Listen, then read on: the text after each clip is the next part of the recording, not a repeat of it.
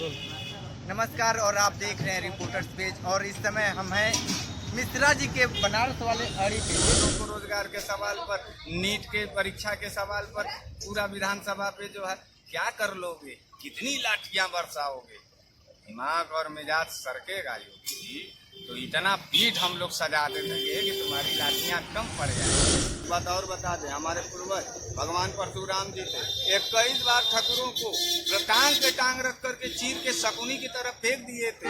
अब वही वक्त आ गया, योगी सरकार ने हमारे तिलक को छेड़ा, योगी सरकार ने हमारे जैसे ब्राह्मण के जनेऊ को छेड़ दिया, योगी सरकार हमारे जैसे जो है ब्राह्मणों की चुंडी पर गोलियां चलाई हैं। इसका बदला इस उत्तर प्रदेश चुनाव में हम लेंगे। योगी बाबा से अब डिराए का दिन चल गया।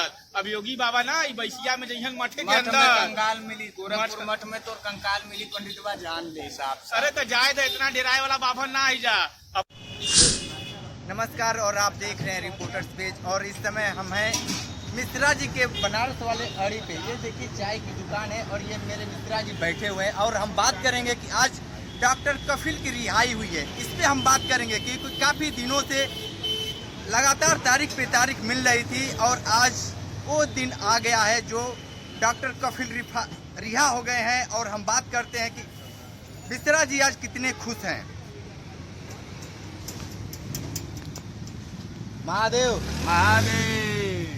डॉक्टर कफिल खान रिहा हो गए हैं, इसमें आप किस तरीके से जश्न मना रहे हैं? देखिए, जश्न जो है अंतरात्मा से मना रहे हैं क्योंकि डॉक्टर कफिल नहीं रिहा हुए हैं। इस देश में एक बार फिर से हिंसा करने का प्रयास था वो उससे रिहाई मिली है हमको। बलात्कारियों का जो मंसूबा था उससे रिहाई मिली है हमको। जिस तरीके से जो है हिंदू मुसलमान की लड़ाई लड़ाने वाले लोग थे, उनकी साजिश थी, उससे हमको मिला है रिहाई। तो नरेंद्र मोदी और जो है योगी बाबा के चेहरे पे करारा तमाचा सुप्रीम कोर्ट, हाई कोर्ट के द्वारा हमारे जज जी जो है हम लोग जिस तरीके से 6 साल में लगातार गरीब बुनकर नौजवानों का जो सवाल था उसको कूड़ेदान में डाल करके ये जो बाबा जी हैं भगवा पहन करके ये हिंदू मुसलमान कराना चाहते थे, डॉक्टर कफिल को जबरिया जेल में बंद किए थे। हम जैसे हिंदू साथियों ने जो है आवाज़ उठाया, ये ललकार लगा कि जो है कि नहीं, आज एकता जो है, हमारी जो एकता है, अखंडता है, वो खतरे में है। तो हमारे जो है सुप्रीम कोर्ट साहब ने, हमारे हाई कोर्ट साहब ने सुना और हम लोगों को बाबा भीमराव अम्बेडकर साहब का जो कानून था एक बार पुनः उनके ऊपर विश्वास जताते हैं, पूरा श्रद्धा सुमन अर्पित करते हैं, जज साहब को प्रणाम करते हैं, कोर्ट को प्रणाम करते हैं। और जो है गद्दार योगी जी क्या हो गया ना मुँह करीखा है। बताओ, आए थे डॉक्टर कफिल को बंद करने, काहे बंद कर रहे हैं? इसीलिए ना कि डॉक्टर कपिल जो अभी आरडी हॉस्पिटल का तुम्हारा जो है निकमियत निकाला था, तुम्हारा वो बताया था। तो आप एक तरीके से इस बात को समझो कि इस देश के अंदर जो हिंसा फैला रहे हो, नफरत फैला रहे हो, आगजनी करवा रहे हो, बलात्कार करवा रहे हो, गोलियां चलवा रहे हो, पूरे प्रदेश को हत्या प्रदेश बनवा रहे हो, तो बाबा जी प्रदेश उत्तर प्रदेश है, दक्षिण लगाने में टाइम नहीं लगेगा। हिंसा मत कराओ, बलात्कार मत कराओ, रोजगार दो, हमारे किसान साथियों को उचित मूल्य दो। जब आते हो पत्रकारों के सामने तब धमकी देते हो, धमकी वाले बाबा जी बने हो। भूल गए वो दिन जो संसद में रो रहे थे, 2 मुकदमा लगा था योगी जी, लगे बरबर रोने, गिगियाने। तो औकात में रहना सीख लीजिए। हम सभी लोगों की औकात बहुत छोटी है, किसके सामने? बाबा भीमराव अम्बेडकर जी के संविधान के सामने, इस तिरंगे के सामने, इस देश के सामने। बन गए मुख्यमंत्री तो बन गए राजा इंद्र, जैसे लगा कि अब कोई है ही नहीं है आपके सामने। कफिल को बंद कर रहे थे इसीलिए ना कि उसी एनआरसी में जो है भारतीय नागरिकता पर अपना अधिकार रख रहा था। कितने लोगों को जेल में बंद करोगे योगी जी, और कितनी जेल में तुम्हारी ताकतें? मरवा रहे हो तो अब नौजवानों को रोजगार के सवाल पर, नीट के परीक्षा के सवाल पर पूरा विधानसभा पे जो है क्या कर लोगे, कितनी लाठियां बरसाओगे, दिमाग और मिजाज सरकेगा योगी जी तो इतना पीठ हम लोग सजा दे देंगे कि तुम्हारी लाठियां कम पड़ जाएंगी। पन्ने और मंगवा लो फैक्ट्री से, क्योंकि आप जब नौजवानों को रोजगार नहीं मिलेगा तो नौजवान अब मुकदमा लिखवाएगा, लड़ेगा, तुमसे आमना सामना होगा, चलेगा जेल। घर में जलालत की रोटी खाने से बेहतर ये है कि इन गद्दार जो है मुख्यमंत्री, जो ये हमारे जो गद्दार मुख्यमंत्री हैं, गद्दार मैं क्यों कहता हूँ कुलदीप, इस बात को आप समझिए। देखिए, हमारी जाति दुश्मनी नहीं है, लेकिन मुख्यमंत्री पद ऐसा है। अच्छा, हम क्यों कहते हैं इनको इस तरीके से? भाजपाइयों को बड़ा बुरा लगता है। भैया मेरे भाजपाई गदाइयों, मेरे उलूल जुलूल बात बोलने वाले भाजपाइयों, वो तो देश है। हम तुम्हारे की तरह जो है बुद्धि के पैदल व्यक्ति नहीं कि अगर हम तुम्हारे विचारधारा के नहीं है तो हम राष्ट्रद्रोही। हम जानते हैं कि भूखे नंगे टाइप के लोग ज़्यादा तो राष्ट्रभक्ति बीजेपी वाले करते हैं लगातार, तो फिर क्यों ऐसा आ जाता है मसला कि नहीं वो राष्ट्रवाद नहीं है? अरे कुलदीप जी, ही बताइए, पूरे देश का एयर इंडिया बिक गया, यही राष्ट्रभक्ति था ना इन गद्दारों का? पूरा रेलवे बेच दिया, यही गद्दारी था ना इन भाजपाइयों का? पूरा जो है कि हमारा DLW बेच दिया, यही गद्दारी था ना? पूरा जो हमारा रेलवे कैंसर से लेकर के होमी बाबा को बेच दिया, इसका ये मतलब है ना कि अगर बेच ही की सारी चीज़ सरकार चलानी है, देश चलाना है, तो कुलदीप जी आपका इथोपिया और आपका सकलवा तो और सुंदर है, नरेंद्र मोदी जी से बेहतर है। जाइए आप बनाइए और बेच के सरकार चलाइए। नरेंद्र मोदी का है तो भाई धमकी वाले बाबा ही का है तो कोनो बात होगा तो निबंध पढ़ने के लिए चले आएंगे। मोर को दाना खिला रहा था तो आगे आप जोड़ लीजिएगा, मोर को दाना खिलाए आगे जोड़ लीजिए। भाजपाइयों, तुम्हारा बुद्धि कम है लेकिन तुम जोड़ लोगे, हम जानते हैं, क्योंकि तुम अपनी नस्ल पहचानते हो, क्योंकि चोर हो और चोरी करना तुम्हारा पैसा था, गद्दारी करना तुम्हारा पैसा था। ये आप कह रहे थे ना कि देशभक्ति बतियाते हैं, गोड़ से देशभक्त था जी, ये सब पूजते हैं। बताइए, गोड़ से वही था ना जो हमारे बापू के छाती पर 80 साल के बुजुर्ग के छाती पर गोलियां दागा था।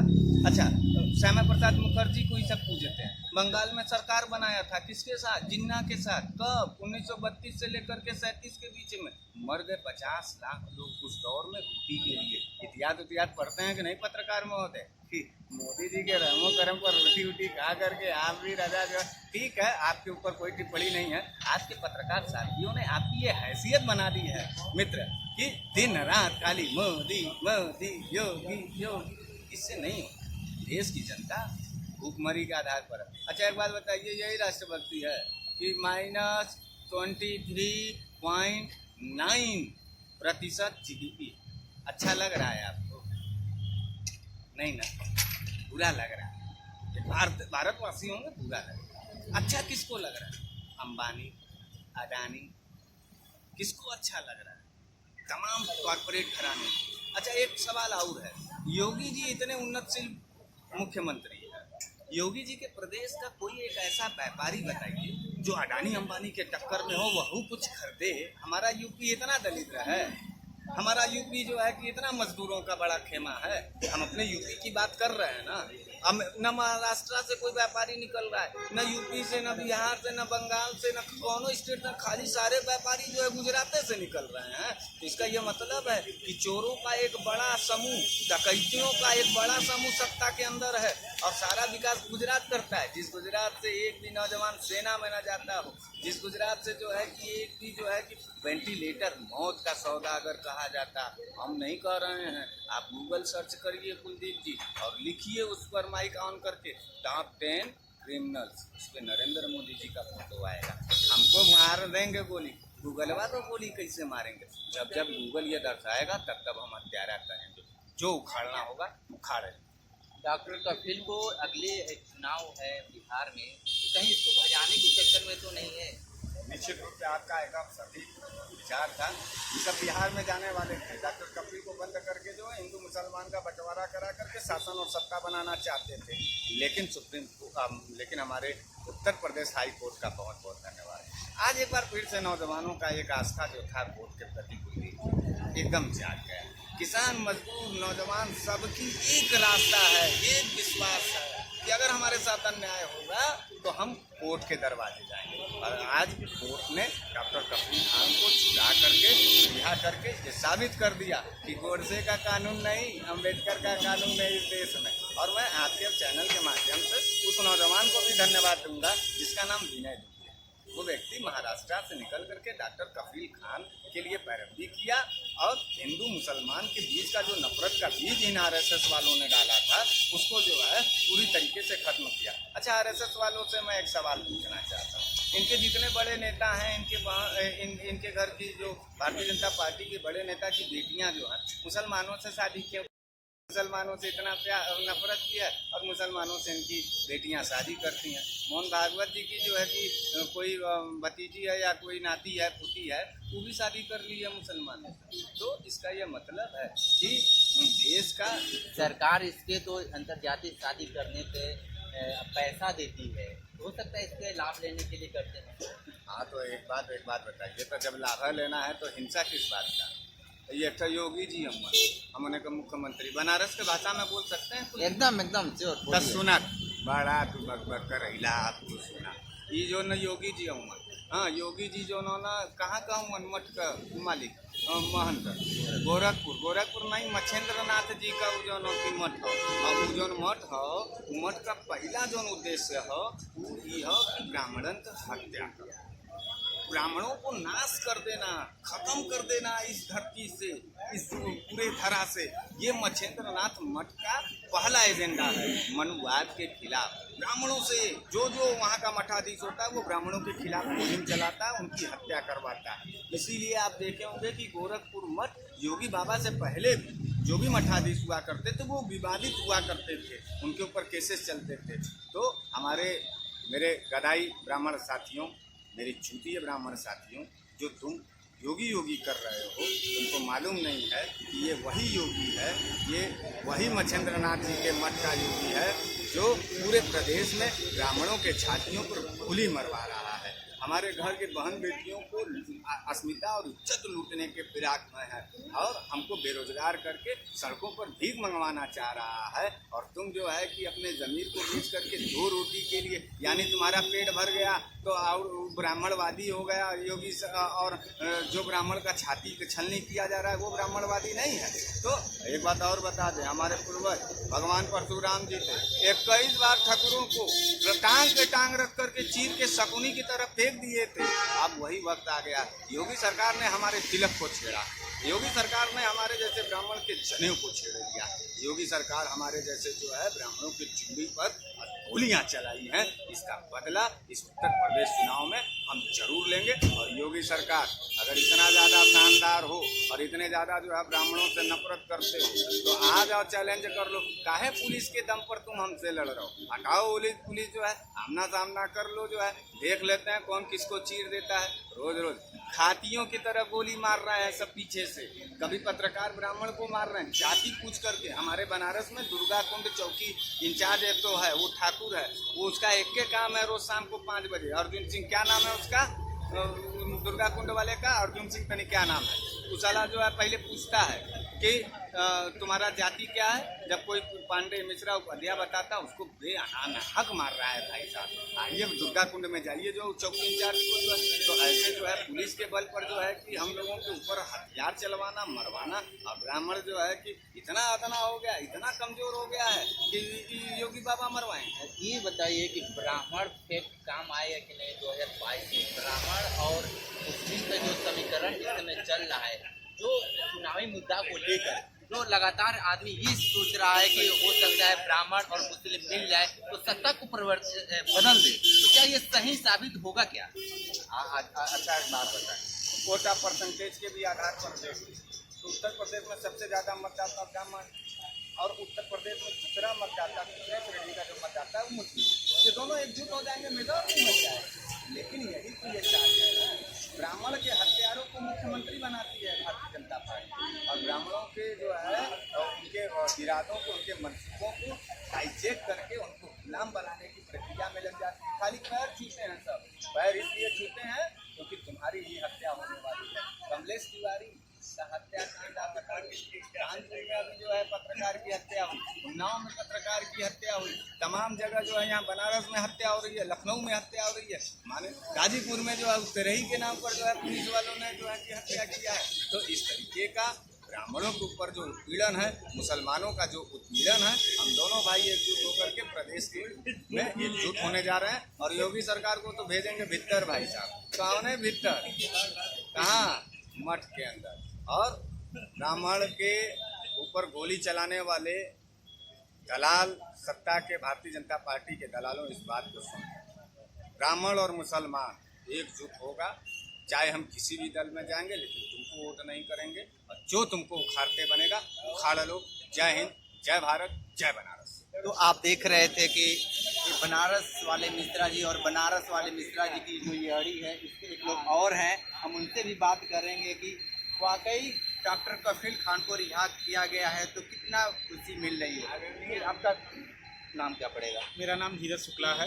धीरज जी, कितनी खुशी मिल रही है डॉक्टर कफील खान की रिहाई? आज जो कफील खान की रिहाई हुई है उस पर हम सीधा सीधा कहना चाहेंगे कि आज न्यायपालिका ने अपनी विश्वसनीयता को बरकरार रखते हुए और बाबा भीमराव अंबेडकर के संविधान को और उनकी न्याय पद्धति को बरकरार रखते हुए जो फैसला दिया है, हम आज युवा पूरी तरह से उत्साहित हैं। और इसमें सबसे बड़ा श्रेय मैं अगर किसी को देता हूं तो अपने भाई विनय दुबे जी को देता हूं, अपने भाई हरीश मिश्रा जी को देता हूं, क्योंकि कि जिस प्रकार से उन लोगों ने ये किया, आप देखिए कि महाराष्ट्र से चल के विनय दुबे जिस प्रकार से यहाँ आए और उसके बाद हमारे साथी, हमारे भाई हरीश मिश्रा, बनारस वाले मिश्रा जी, सब लोगों ने मिल के जिस प्रकार से इस मुहिम को उठाया और शुरू किया, उसमें बहुत ही बड़ा फैसला है। ये न्यायपालिका को आज हम सलाम करते हैं। और न्यायपालिका ने सबसे बड़ी चीज़ कि जो हमारा हिंदू मुस्लिम भाईचारा था, जिस भाईचारा को ये संघीय लोग, ये हाफ पैंटिए लोग जो कि 70 साल लग गए इनको हाफ पैंट से फुल पैंट में आने में, इनकी सारी मानसिकताओं को पे पानी फेरते हुए जो फैसला दिया है, उस फैसले को हम सलाम करते हैं। और रही बात कि इनकी ओछी हरकत और ओछी मानसिकता, आप देख लीजिए कि सबसे बड़ी बात है कि आप आज जो न्यायालय ने फैसला दिया, जो न्यायालय ने फैसला सुरक्षित रखा था, उस सुरक्षित फैसले में आज उन्होंने साफ लफ्जों में यही कहा कि अलीगढ़ में जिस प्रकार से अलीगढ़ के डीएम ने मुकदमा लंबित किया था इनके ऊपर और मुकदमा लंबित करते हुए इनको रासुका लगाया था इनके ऊपर, उसको न्यायालय ने साफ लफ्जों में पढ़ते हुए इस पूरे मामले को उसने साफ लफ्जों में कहा कि ये पूर्ण रूपेण निरर्थक लगाया गया वो है। क्योंकि देखिए सच्चाई है कि ये सत्ता शासन के दबाव में लगाया गया था, इसलिए लगाया गया था कि कफील खान मुसलमान है। दूसरी चीज कि कफील खान वही कफील खान है कि जब गोरखपुर बीआरडी में का मामला हुआ था और बच्चों को अपने बल पे ऑक्सीजन देना, उन्होंने प्रशासन और शासन के लोगों को चिट्ठी लिखी कि आप ऑक्सीजन की कमी हो रही है, तो योगी बाबा को ये पच नहीं पाया क्योंकि उनके संसदीय क्षेत्र का मामला था और कहीं ना कहीं उनका खींचा लेदर हो रहा था। उसके बाद दूसरा चीज आप देखिए कि अलीगढ़ में जिस प्रकार से कफील खान जी गए, मैं पिछले बार भी बोला था और आज भी बोलता हूँ कि कफील खान जी जब गए तो उसको जोड़ते हुए CA-NRC से जोड़ दिया गया। और CA-NRC में जबकि उनका कोई उस तरह का उद्देश्य नहीं था, ना उन्होंने किसी प्रकार की भड़काऊ भाषण दी थी, कुछ नहीं दिया था, लेकिन इसको आपसी रंजिश साधते हुए इन लोगों ने इनके ऊपर मुकदमा लंबित कराया था। और आप देख लीजिए कि अभी 3 महीने का इनका डेट बढ़ा दिया गया था। तो इस तरह की हरकत, आप सोचिए कि जिस प्रदेश का मुखिया ही अपराधी हो तो वो क्या कर सकता है। अगर आज उनकी सारी मंशाओं पे पानी फिर गया और सरकारी वकील एक बार फिर डेट पे डेट ही लेते रह गए थे, और आज अगर ये है कि न्यायालय ने उन्हें डेट लेने का मौका नहीं दिया और फैसला सुना दिया कि इसको तुरंत त्वरित तत्काल प्रभाव से रिहा किया जाए। बस अब यही कहना है कि न्यायपालिका ने अपना काम कर दिया, लेकिन इस प्रदेश की कार्यपालिका जो है वो अपनी आपसी द्वंद्व और आपसी प्रतिस्पर्धा को न दिखाते हुए कफील खान को जल्द से जल्द रिहा करे। उत्तर प्रदेश में राम राज्य की बात की जाती है, तो क्या आपको लगता है कि उत्तर प्रदेश में राम राज्य है?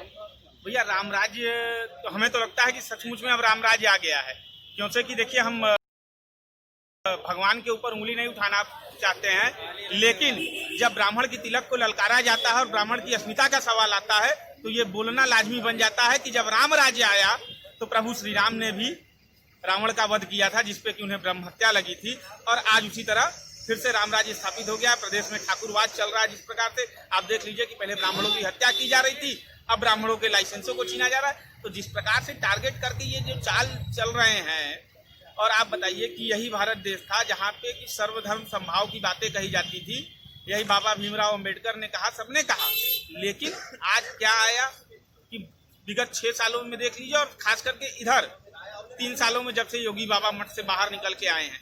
आप ये देख लीजिए ना कि योगी बाबा का इतिहास अगर उठा के देखिए तो ये गोरखपुर के ब्राह्मण और ठाकुरों की लड़ाई से निकला हुआ एक बंदा है।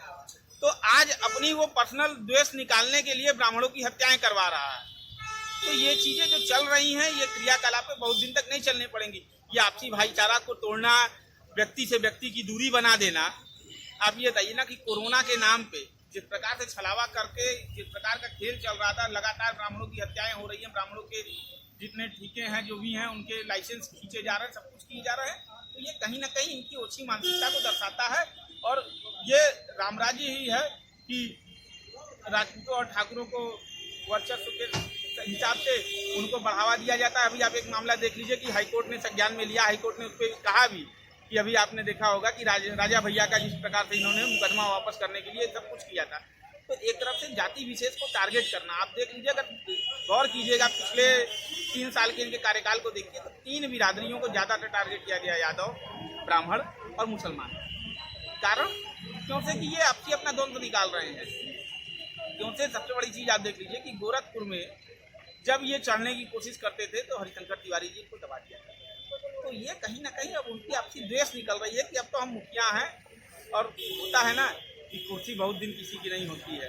अब जनता जाग चुकी है, और जिस प्रकार से ये माहौल क्रिएट करने का कोशिश कर रहे हैं, जिस प्रकार से आपसी भाईचारा को बिगाड़ने की कोशिश कर रहे हैं, मैं ये चैलेंज के साथ कहना चाहता हूँ कि 2022 में इन नारंगी संतरों को इनकी हैसियत पता चल जाएगी। ये हाफ पैंट से फुल पैंट पे आ गए हैं तो क्या इनकी मानसिकताएं बदल गई? इनकी मानसिकता वही है।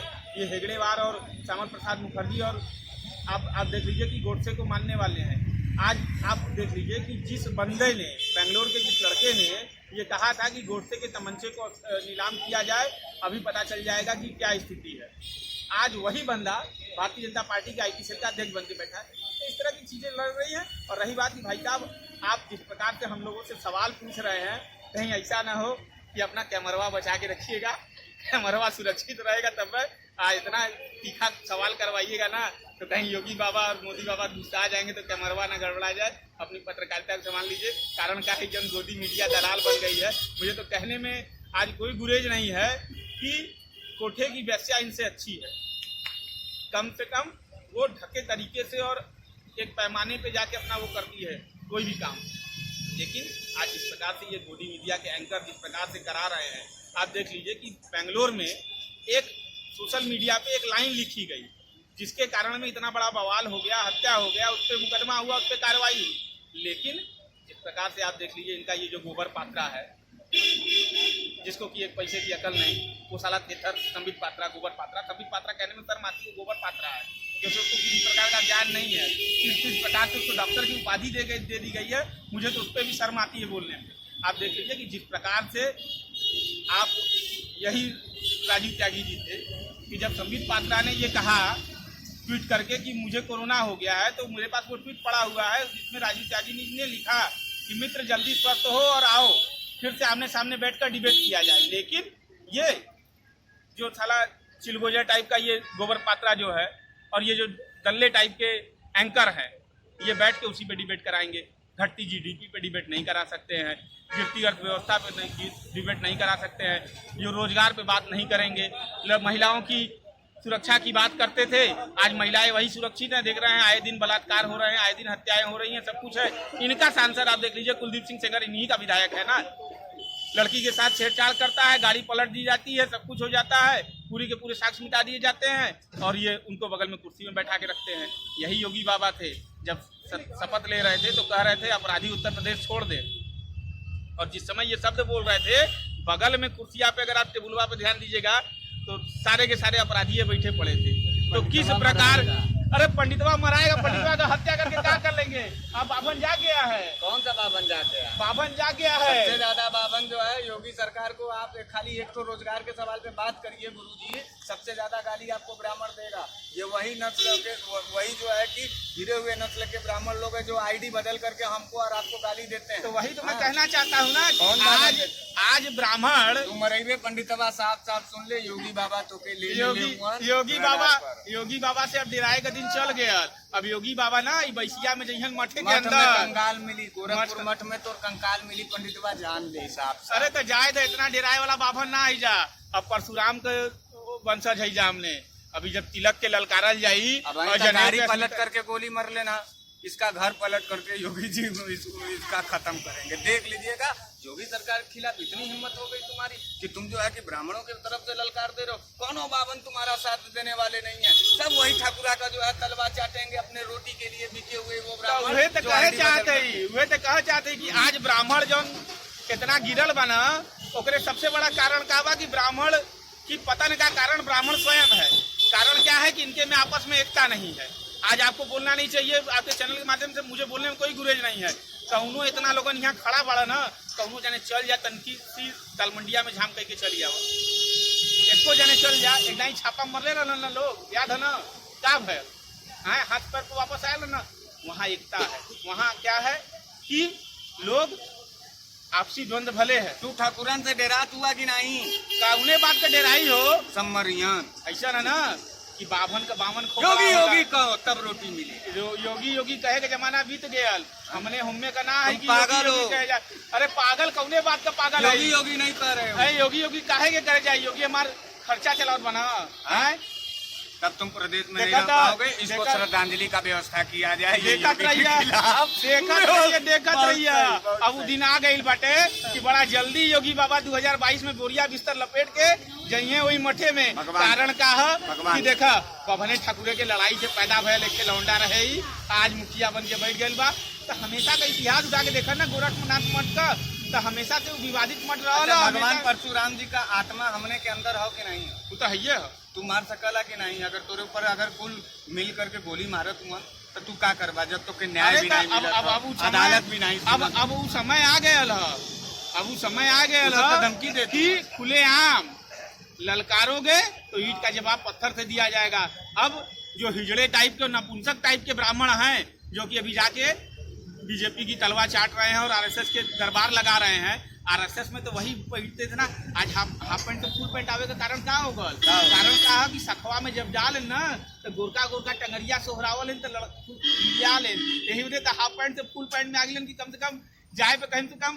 कारण का हो रड़ुए और गड़ुए का सरकार हो आए टका है पर हमारे कोनो बात नहीं हो। सीधे सीधे बात हो कि योगी जी बबनन का हत्या, मुसलमानन का हत्या बंद करा यार। देश प्रदेश के अंदर अभी भी नौजवानन का समस्या हो, किसानन का समस्या हो, बुनकरी बनारस का बुनकरी तू जौने तरीके से जो ना बर्बाद करे चाहत हुआ, बिजली का बिल का जो फ्लैट रेट रहल जो ना ओके तू जोन वापस लेत हुआ जो ना, और मीटर के रीडिंग से जोन बिजली लेत हुआ, ये तू बनारस के बुनकरन के बर्बाद ना करत हुआ, बनारस के परंपरा और पहचान के बर्बाद करत हुआ। साफ साफ कान खोल के सुना योगी जी, बनारस को बर्बाद करने की जो साजिश है आप लोगों की, इसको हम आपके इस नापाक मंसूबे को पूरा नहीं होने देंगे। हम सभी लोग अपने बुनकर साथियों के साथ बनारस में एकजुट हैं और उनके अधिकार और सम्मान और उनके मतलब जो मुख्य धारा है उसमें लाने के लिए प्रतिबद्ध हैं। जय हिंद, जय भारत, जय बनारस।